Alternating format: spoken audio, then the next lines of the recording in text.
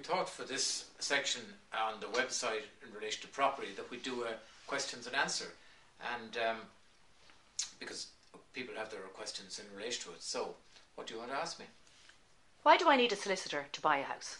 The solicitor's function is twofold. If you're borrowing from a lending institution and you're lucky enough to get a loan in these challenging times, the lending institution will only give the money out for the purchase on what they call a solicitor's undertaking. That means the solicitor undertakes to the institution that they will properly check the title and make sure it's capable of holding the bank's charge, and they will put the charge on for the bank and give them a clear title. That sounds simple, but that has caused a lot of difficulties over the past few years for solicitors, but more about that again. How long will it take to complete? The slowest, anything in life is as quick as the slowest member of the chain. We have lending institutions, we have land registry, we have the vendor solicitor. If there's anything which isn't in place, then the whole process, everything going well, it should be done in 4 to 6 weeks. But as I say, these things can also be extended by something just not being in place. What are the things to watch out for? Well, in these days, if people are buying and the number of purchases is so low, people who get offered very low prices in half-finished estates, there are complications there that a solicitor will point out to you at the time. It may be a long time before estates are actually finished.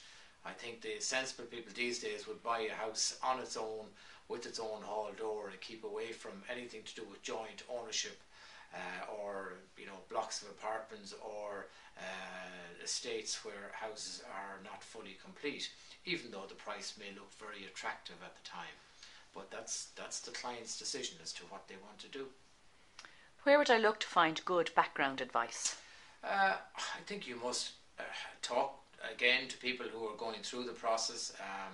Auctioneers, obviously their job is to sell property. You need some independent advice. That's where the solicitor comes in, because they have no axe to grind. They're not trying to sell you the property. They're making sure that the property that you buy is what you are looking for, and that you're covered with your financial institution, and that they're independent, and that's their main role.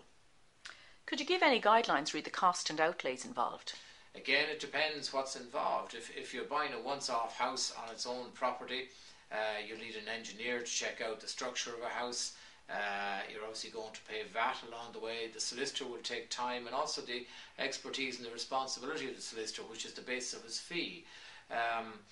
It's hard, because in the old days it used to be done on a percentage basis, but these days it would be very hard to insurance for the solicitor has gone through the roof in the past few years, but I think a reasonable figure for fees would be something between 1,000 and 2,000, plus VAT at 21%, plus your outlays for registering with the land registry. Don't forget your lending institution make you pay all their charges for putting the charge on the property, on your property.